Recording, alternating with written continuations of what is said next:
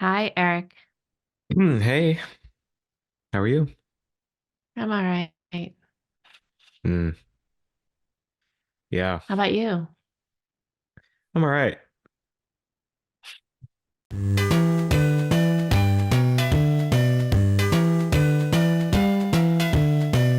Okay.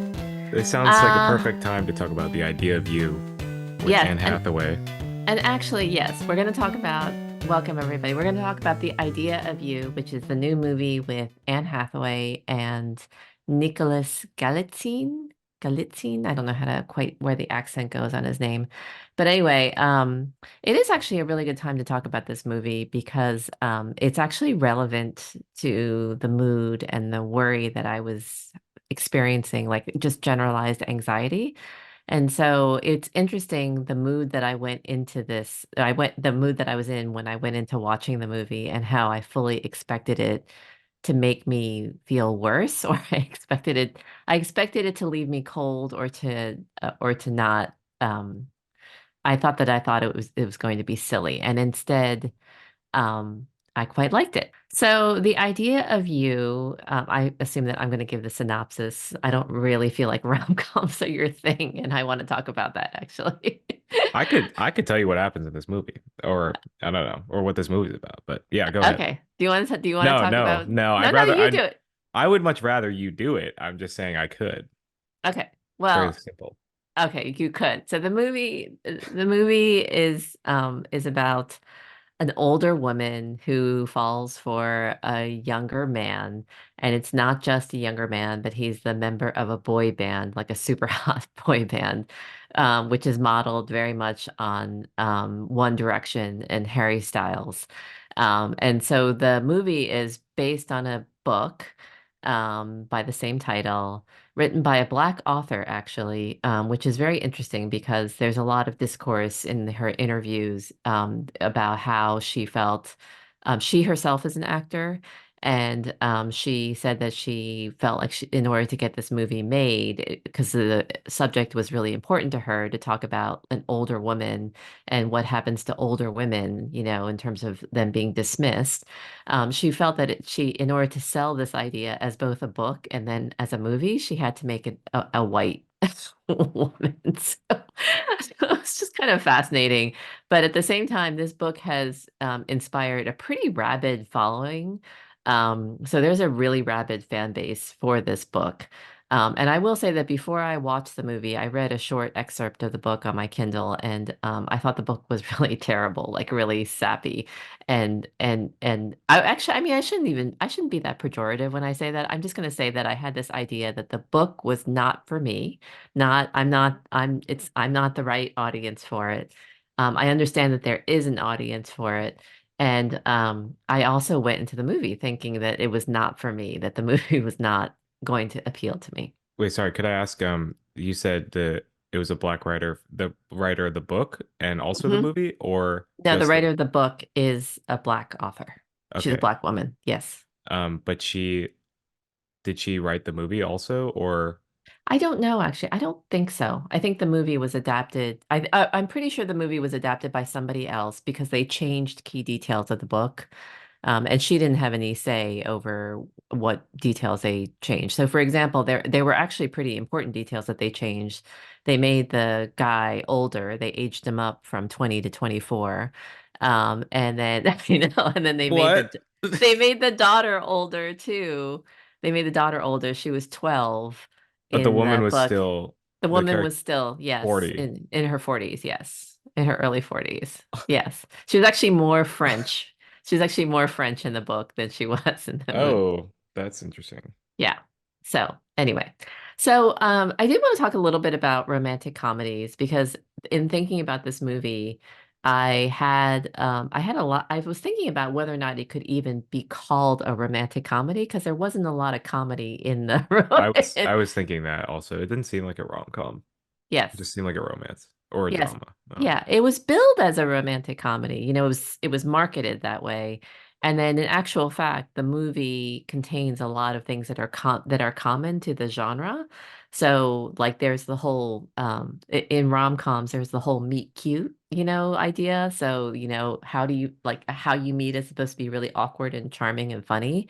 So there's the meet cute, and then the other thing that's classic rom-com is the montage in the middle where they're like in the absolute, Honeymoon. yeah, it's in the honeymoon phase of their romance. So it definitely deploy, and then there's a whole like conflict ensues, and are they going to be together, and blah blah blah, and yeah, so it does borrow a lot of tropes from rom-coms, but I actually came away thinking that it was not really a romantic comedy. What did you think? I didn't think it was a romantic comedy. I wasn't because I think romantic comedies have more jokes. This was more funny. If it was funny, it was more funny situationally.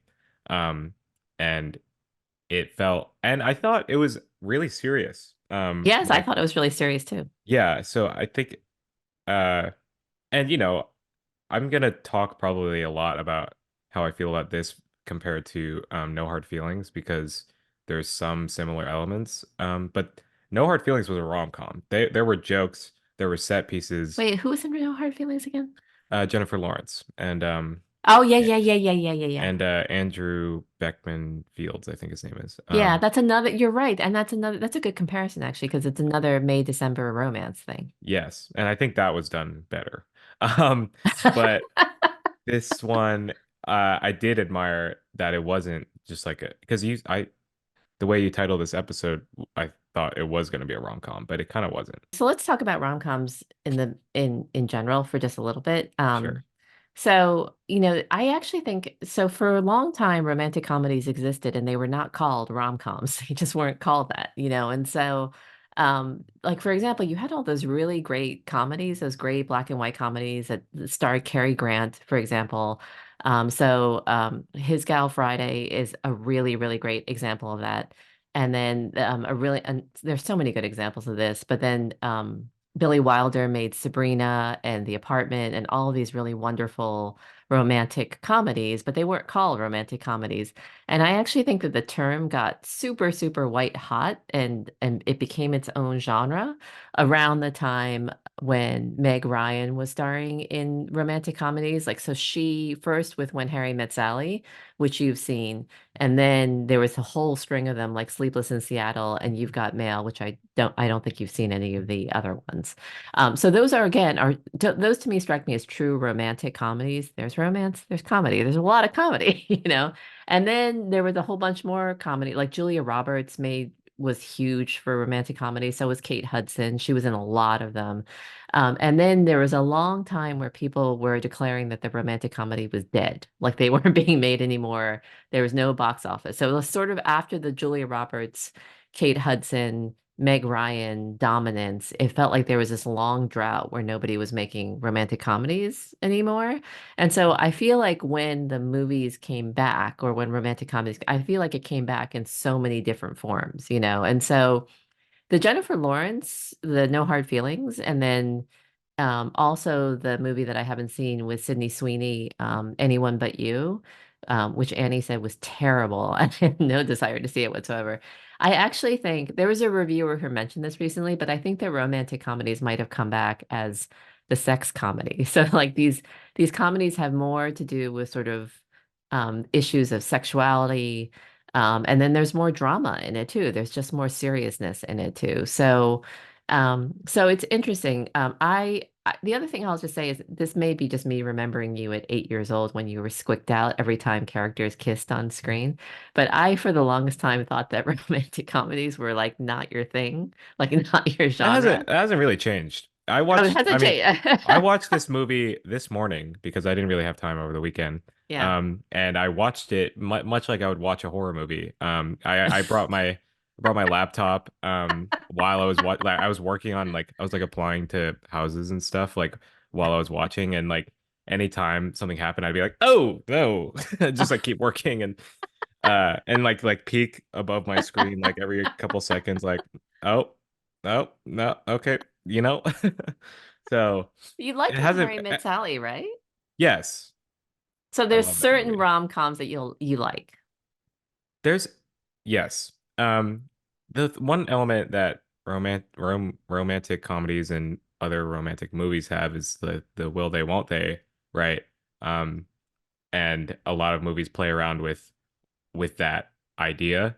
When Harry Met Sally was perfect because it that was something that was saved. They didn't actually do anything romantic really until the end or sexual, I mean. And the whole time they were just friends. So and it was teasing the idea of like, okay, will they actually be a romantic couple? But this Right. one, it was like, they're a couple pretty early on in the movie. Um, and it's a struggle of will they stay a couple or not. So, um, and I guess I still will, yeah, I'll still react weirdly to a lot of that stuff.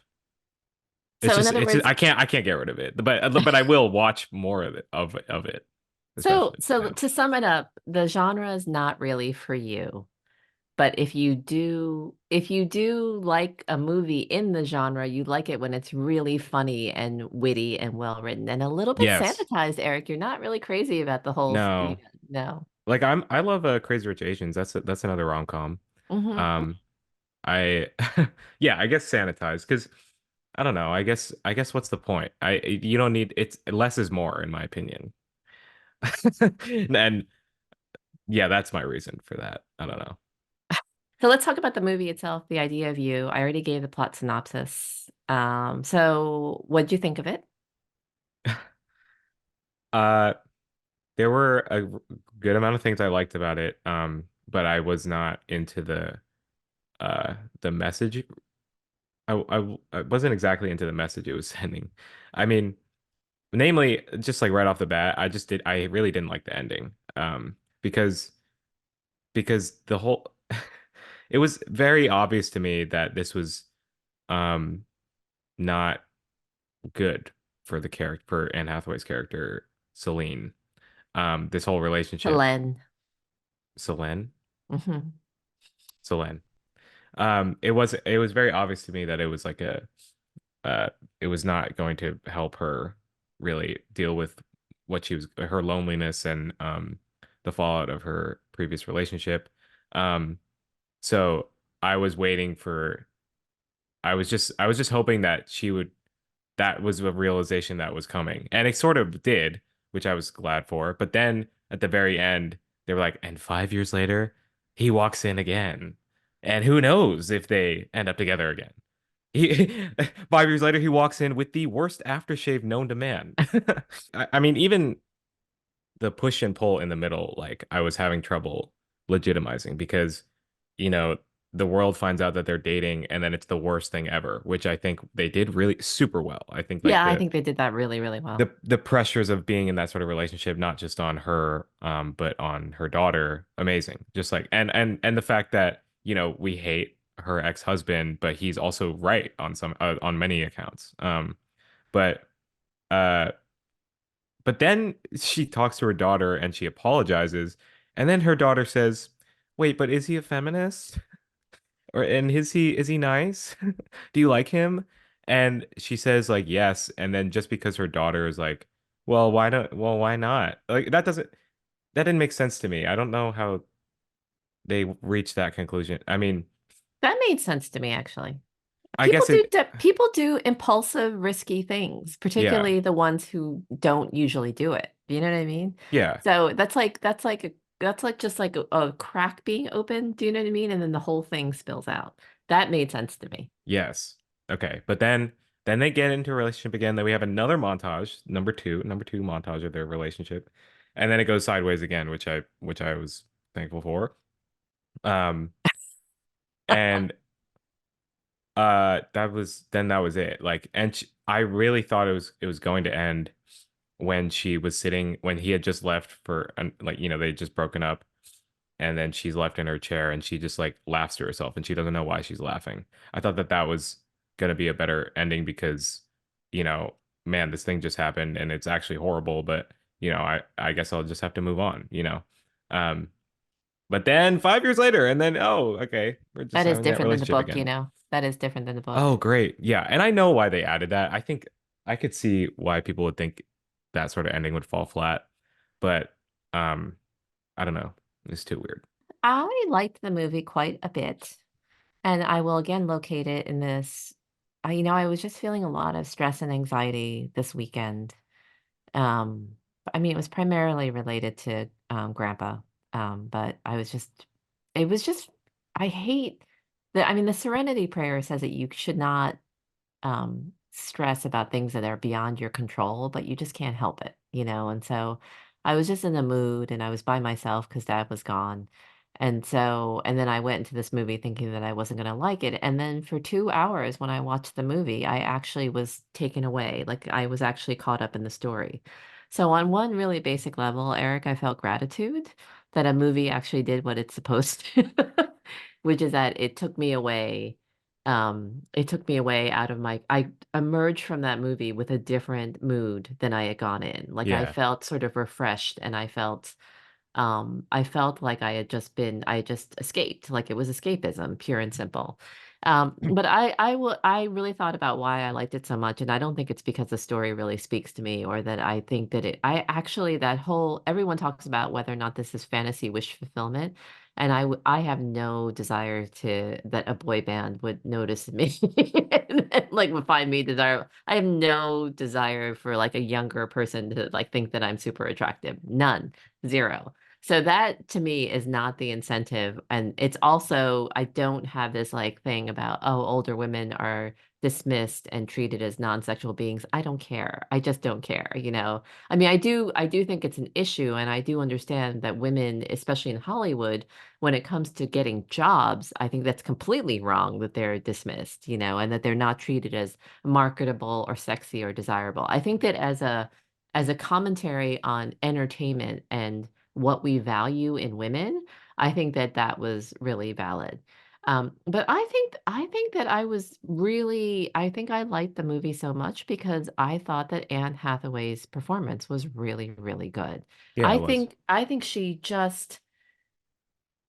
just killed it, you know, and I think that I didn't care that much for what's his face's Nicholas's uh thing. I thought he was okay. I mean, he's very good looking, but he's a little bit of a blank slate, you know, and yeah, he was okay. But I thought that Anne Hathaway really combined all of the sort of courage and vulnerability. And then also the thing that I really identified with her is, and I think I identified with her persona, her public persona too, is that I think that she tries to be a people pleaser, like she tries to avoid conflicts. She was saying how nice she was about, you know, the divorce Yeah, and yeah. and at the same time she's still holding on to so much hurt and anguish about it, you know, Yeah. and she has trust issues. And I think that she embodied that balance so well. Like she really embodied that balance so well.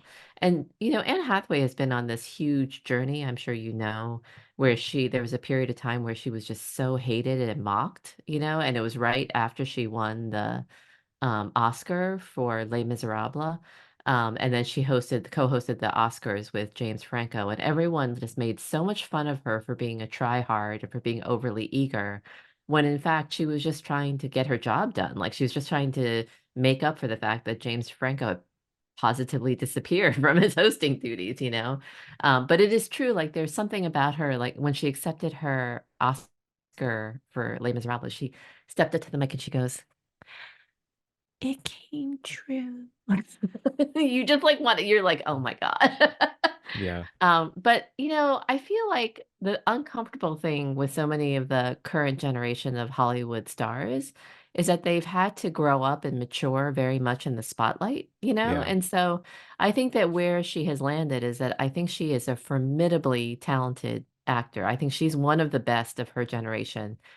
Nothing I've seen her in, she's just she's utterly true to her characters when she's in the role.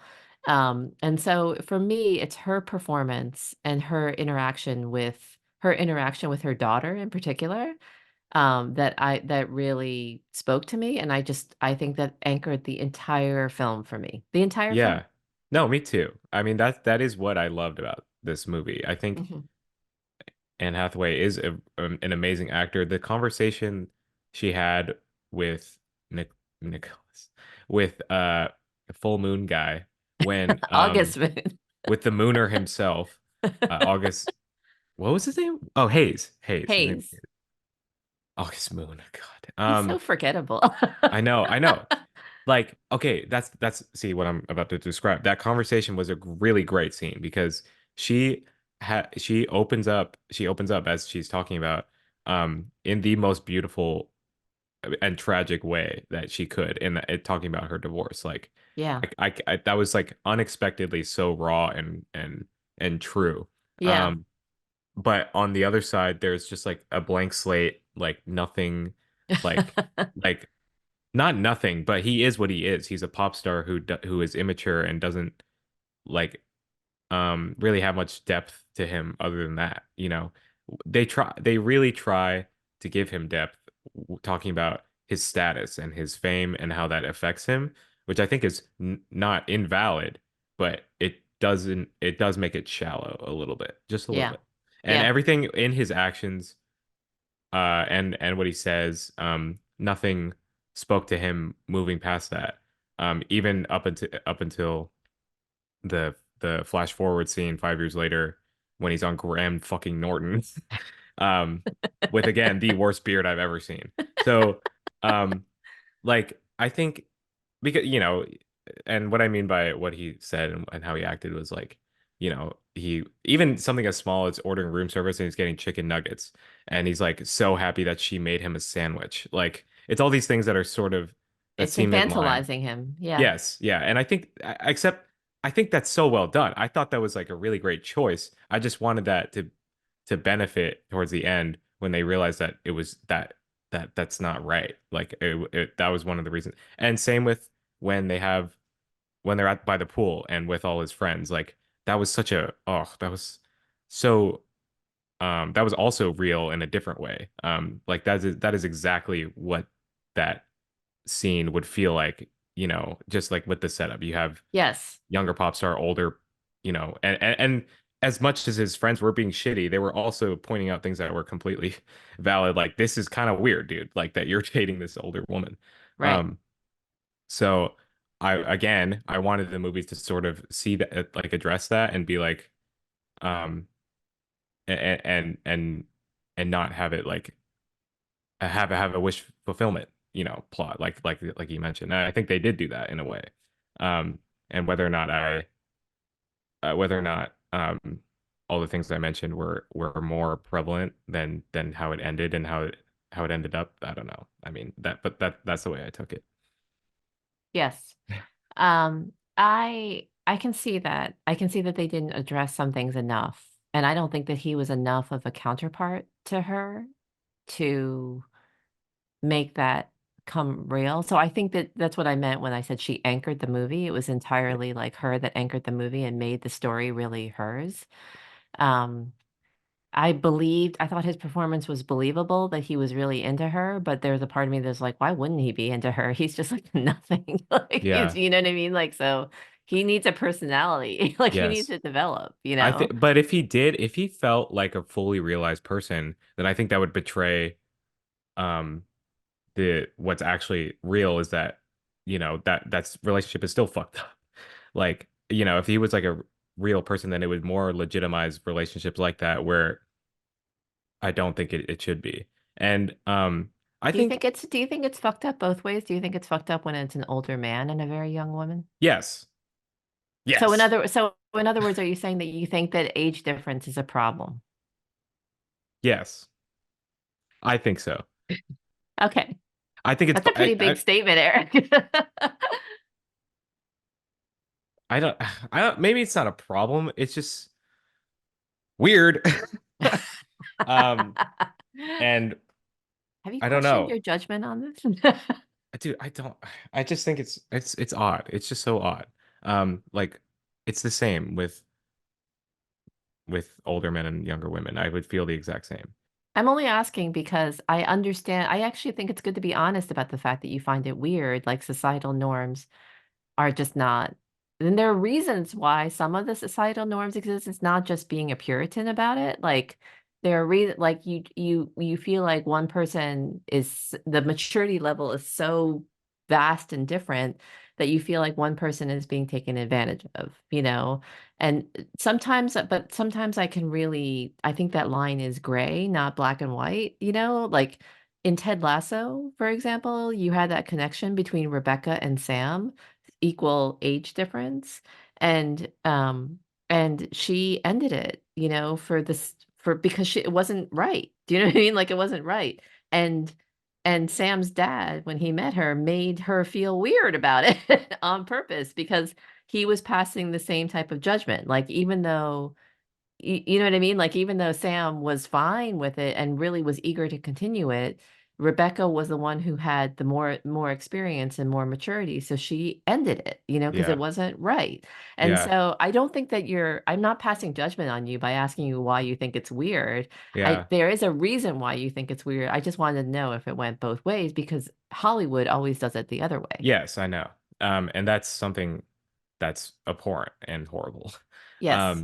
But if I'm looking at it, I think both are weird. And there's not so I don't think like I think it definitely could be seen one way where, it's great. It is really good that she is ended it. She ended things. He was very willing to keep going, but she laid her foot down at the very end. And then the 5 year jump, right? Like when he's supposed to be more mature, I think that you can maybe see how he's left his whole pop icon sort of thing, and his whole persona with that, and now he's doing what he really likes to do, which is something he was kind of hiding, was making more raw, more emotional music that like spoke to him more. That was something that was sort of subtle, but like was definitely shown in the end.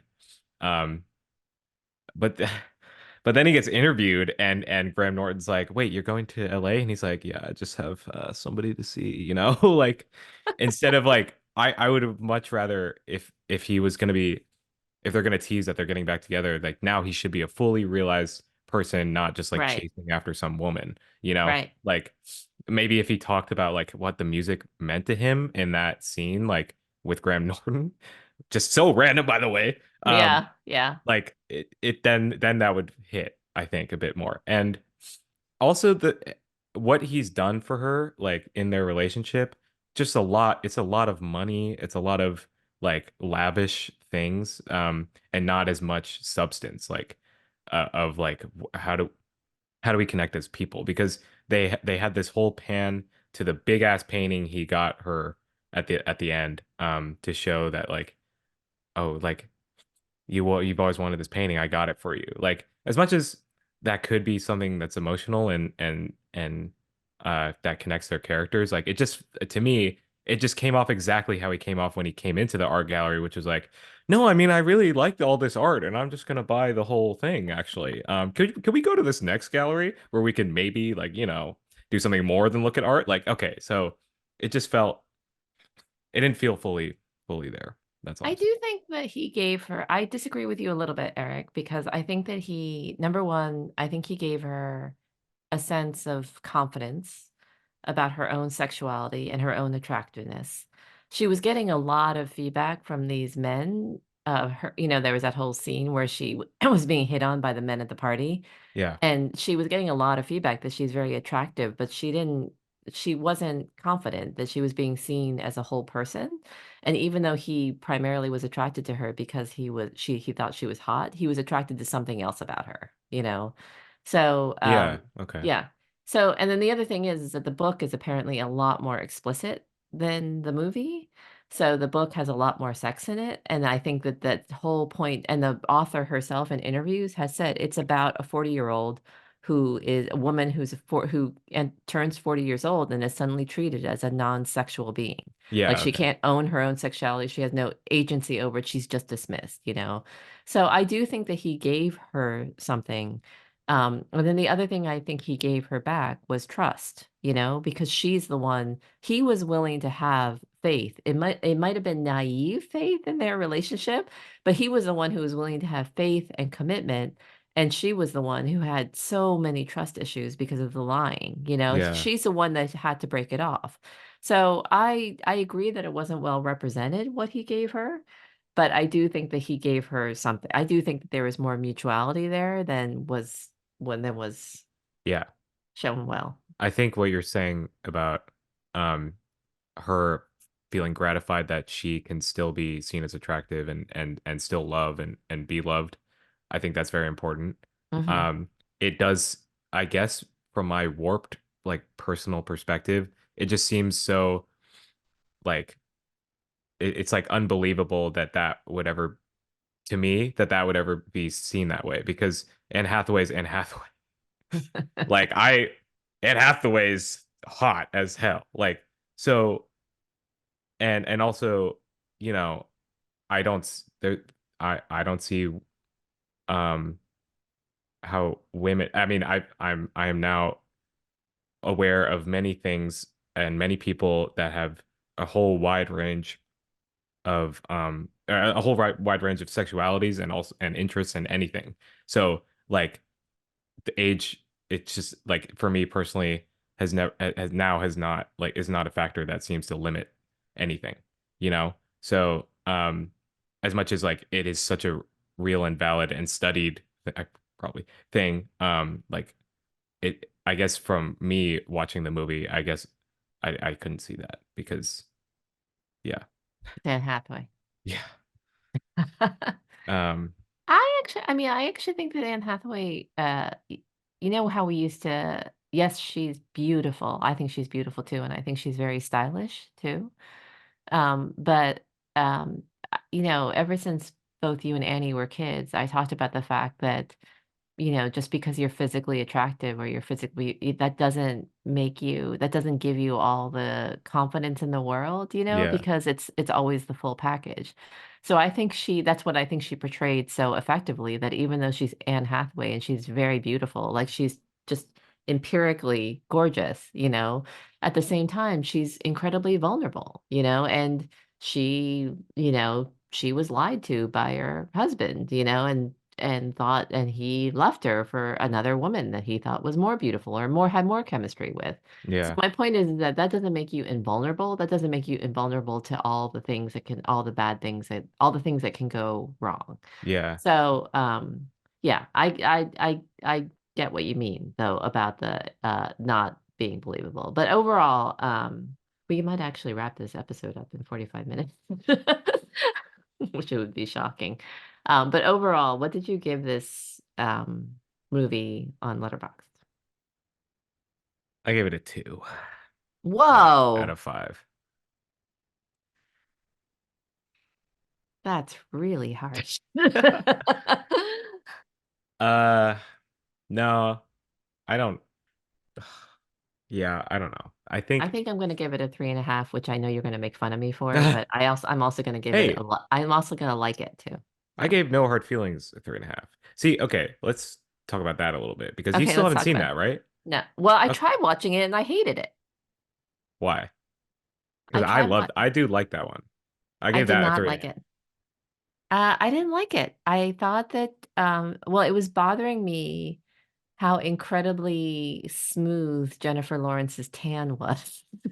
So I didn't buy her as this financially strapped person from the get-go. So just didn't. She looked too Jennifer Lawrence for me to believe that her, you know, that she needed money.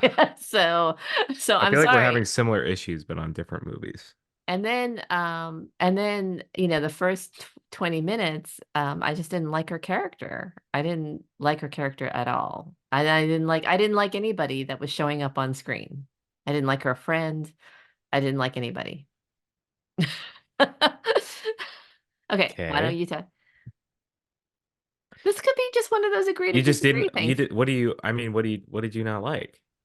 Because I didn't, okay, because I The didn't like, entire first 20 minutes of No Hard Feelings, which is when I turned it off, I did not laugh or smile once. not even when she's like roller skating. Nope, not even. Okay. Did not find it funny. Yeah, I mean, because I didn't like that. I didn't like her at all at first too. Um, and also the situation of them date of her dating the what he was like 21, I think. 19. I think he's 19 in the movie. Like I didn't like that either. And it was Um, really weird. But I think there was something that happened where they actually connected on like an emotional and human level. Right. Um, whereas I think in the idea of you, it's sort of implied, or you're just supposed to fill in the blanks because he's a hot pop star. Right. Um, yeah, That's fair. yeah. That's fair. Is I mean, I yeah. I think that sometimes, I mean, one of the reasons okay, so one of the reasons why I didn't like No Hard Feelings, I thought about this too, was that I think that sometimes I have problems accepting actors in different kinds of roles, you know? So I like Jennifer Lawrence when she's quirky, when she's playing quirky, but there's a fierceness to her where you already know that she's got issues going on. You know, she's not just sort of pretending. So I liked her in Silver Linings Playbook very much. Um, but I had the same exact issue, by the way. I listened to Busy Phillips and her podcast, and I love Busy Phillips on her podcast. I especially love her co-host, whose name is Casey. Sounds and speaks very much like I do. And so I listened to this podcast. I spent so much time with the two of them, Busy as Busy, her real self, and Casey as Casey. So Busy has been tirelessly promoting her comedy show, her sitcom, which is on Netflix now, called Girls Five Eva. And she's constantly promoting that. And I watched one episode of it and I was so annoyed because she plays a ditz on it. Like she plays like a really ditzy blonde. Oh my God, she talks like this. And I was so annoyed by her character that I could not make it past that first episode, which is a shame because I want to support people who I really like. And so I think that Jennifer Lawrence, I may have a similar lack of flexibility. I accept her in mostly drama roles with a little bit of comedy, but the first, 20 minutes, I didn't even crack a smile. I was just really bored and found it tedious. But you actually Yeah. like the comedy aspect of it. So for you, I think maybe the comedy has to come first, and then Um, the emotional connections have to feel really real and genuine, and they have to come at the right moment and with the right beats, so to speak. Does that make sense? Because I mean, I think with When Harry Met Sally, for example, I mean, did you think that movie was funny?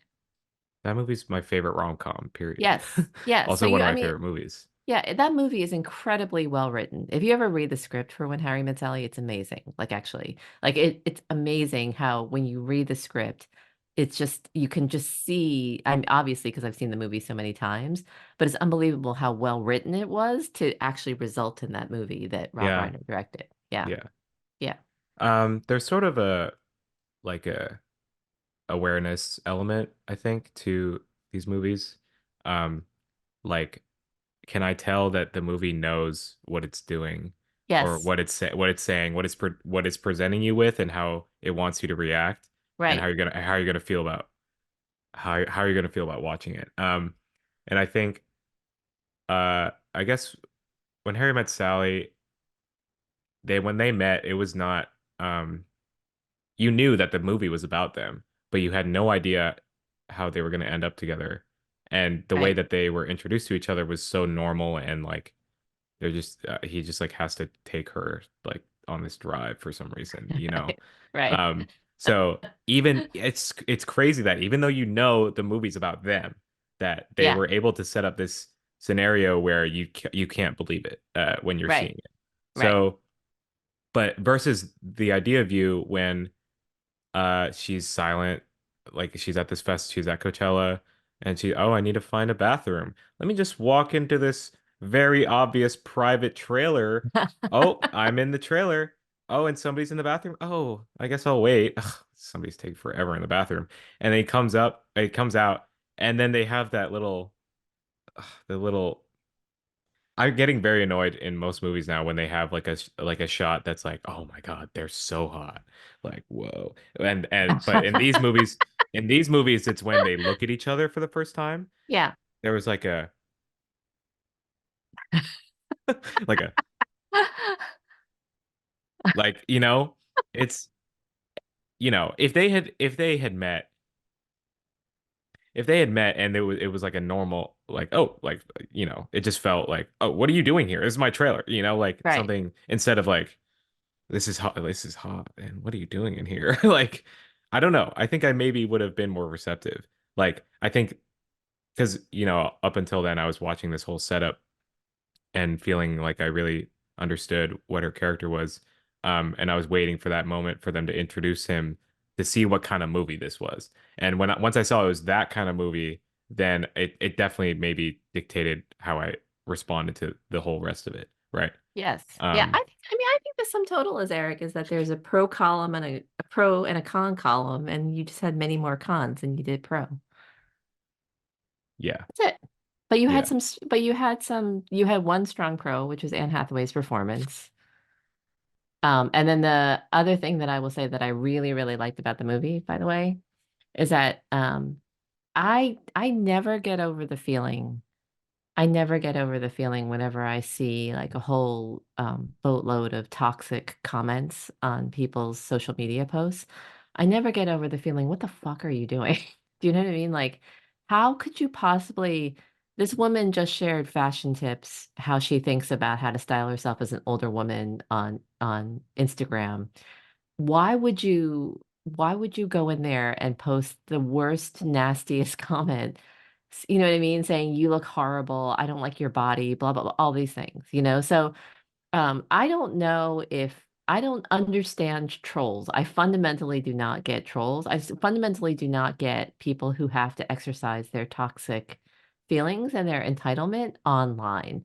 And I think the internet's just crazy. Like I think the internet's a crazy play, and it's done so much good. Like there are so many things I know and so many things I've read as a result of the internet. But when she was dealing with that kind of pressure and they were showing all those like montages and, clips of all the horrible things that people were saying about her, I was just thinking, it's just they portrayed the toxicity of being famous and being online.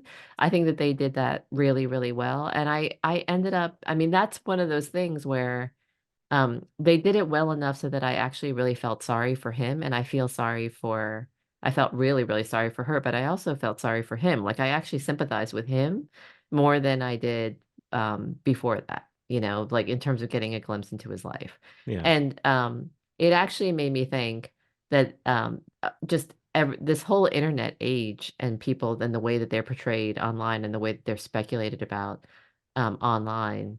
Um, it really makes me grateful that I've never achieved even the tiniest bit of fame. yeah. So, I yeah, I think people build these parasocial relationships with these like celebrities and yes. they think they know what's best for them. Yes. So my feeling of like these types of relationships with older partners and much younger partners that I feel is weird. People will people will also feel that and think it's wrong. It's like fundamentally wrong and like should be stopped. Like Yeah. it's like I mean it's the same how I feel about anything that I think is weird, like furries or like, people who LARP or like, just like weird shit in general. Like people are completely free to do that and you could be a completely nice, caring person. I'm just gonna have a certain feeling about it. Yeah.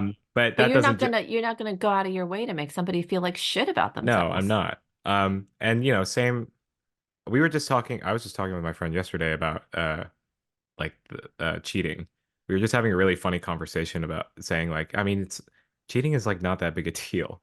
Like it was three friends and two of us were saying like, okay, yeah, and I'm saying, it's like a mistake, but like any mistake it could be corrected and reflect upon all this. But then the other friend was like, what are you guys saying right now? Cheat. Oh my God. Like, Yeah. are you guys legitimate? So and that's why I think about, like John Mulaney and all his relationship stuff and people getting into his business and all that. Yeah.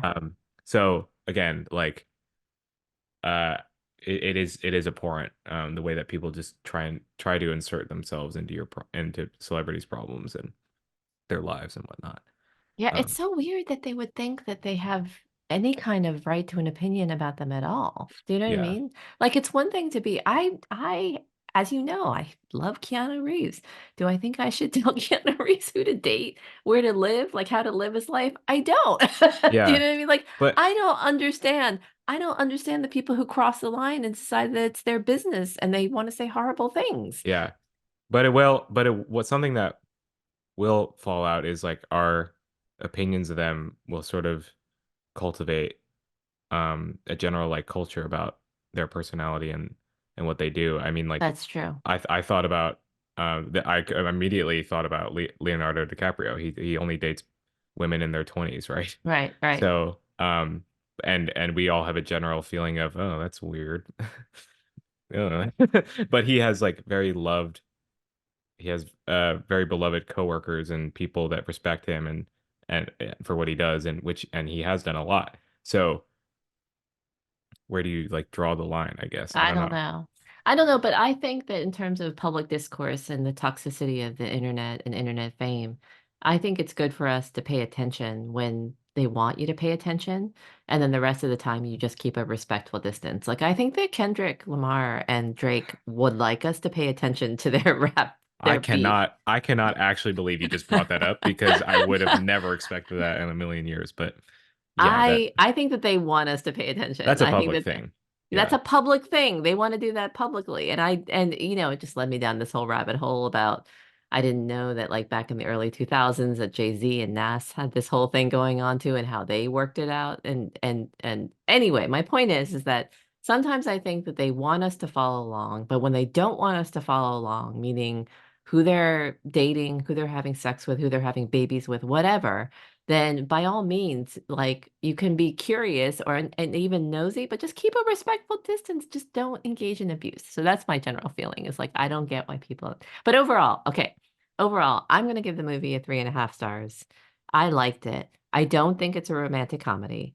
I think that it's a romantic drama. And I also would love to encourage you to watch romantic comedies that are truly funny. Like if you liked No Hard Feelings, watch movies like that or watch some of the old ones, the classics that are really, really great. Because some of the classics are amazing.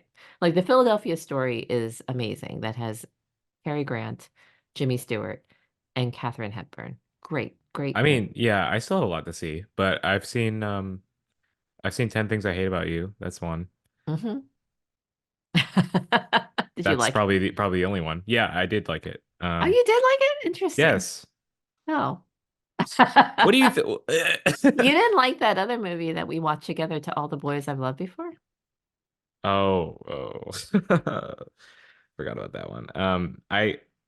I've literally forgotten about that one. I don't know if it's just because of like the age gap thing that I didn't like this movie. Eric, it's okay that you didn't like it. I know. I'm just like I like to try and dissect because I have biases just like everybody, you know.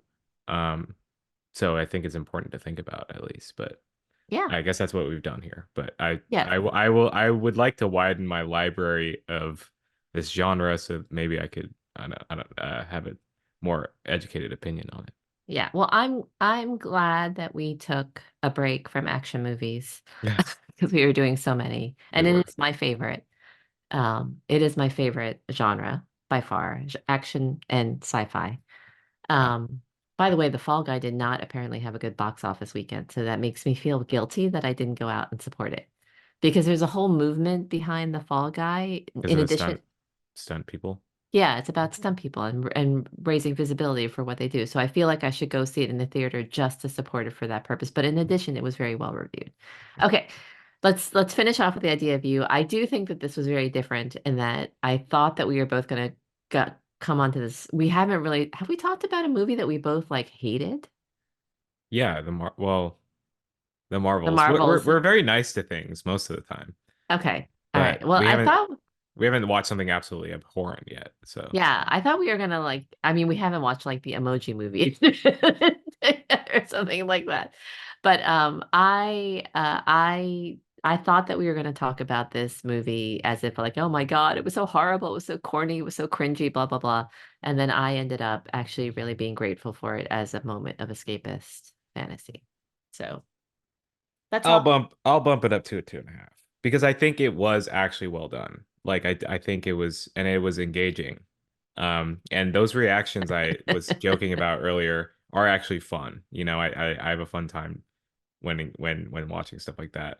And I had a roommate that walked in and was like, "Oh, what?" And I was like, "Yep, yeah, this is I'm what I'm a, watching right now." I'm a At a, Renaissance at guy. I at watch a, rom-coms. I watch horror. at 11 a.m. on a Monday, I will put this on. You know, like so. Yeah, You're so enlightened, Eric. yeah.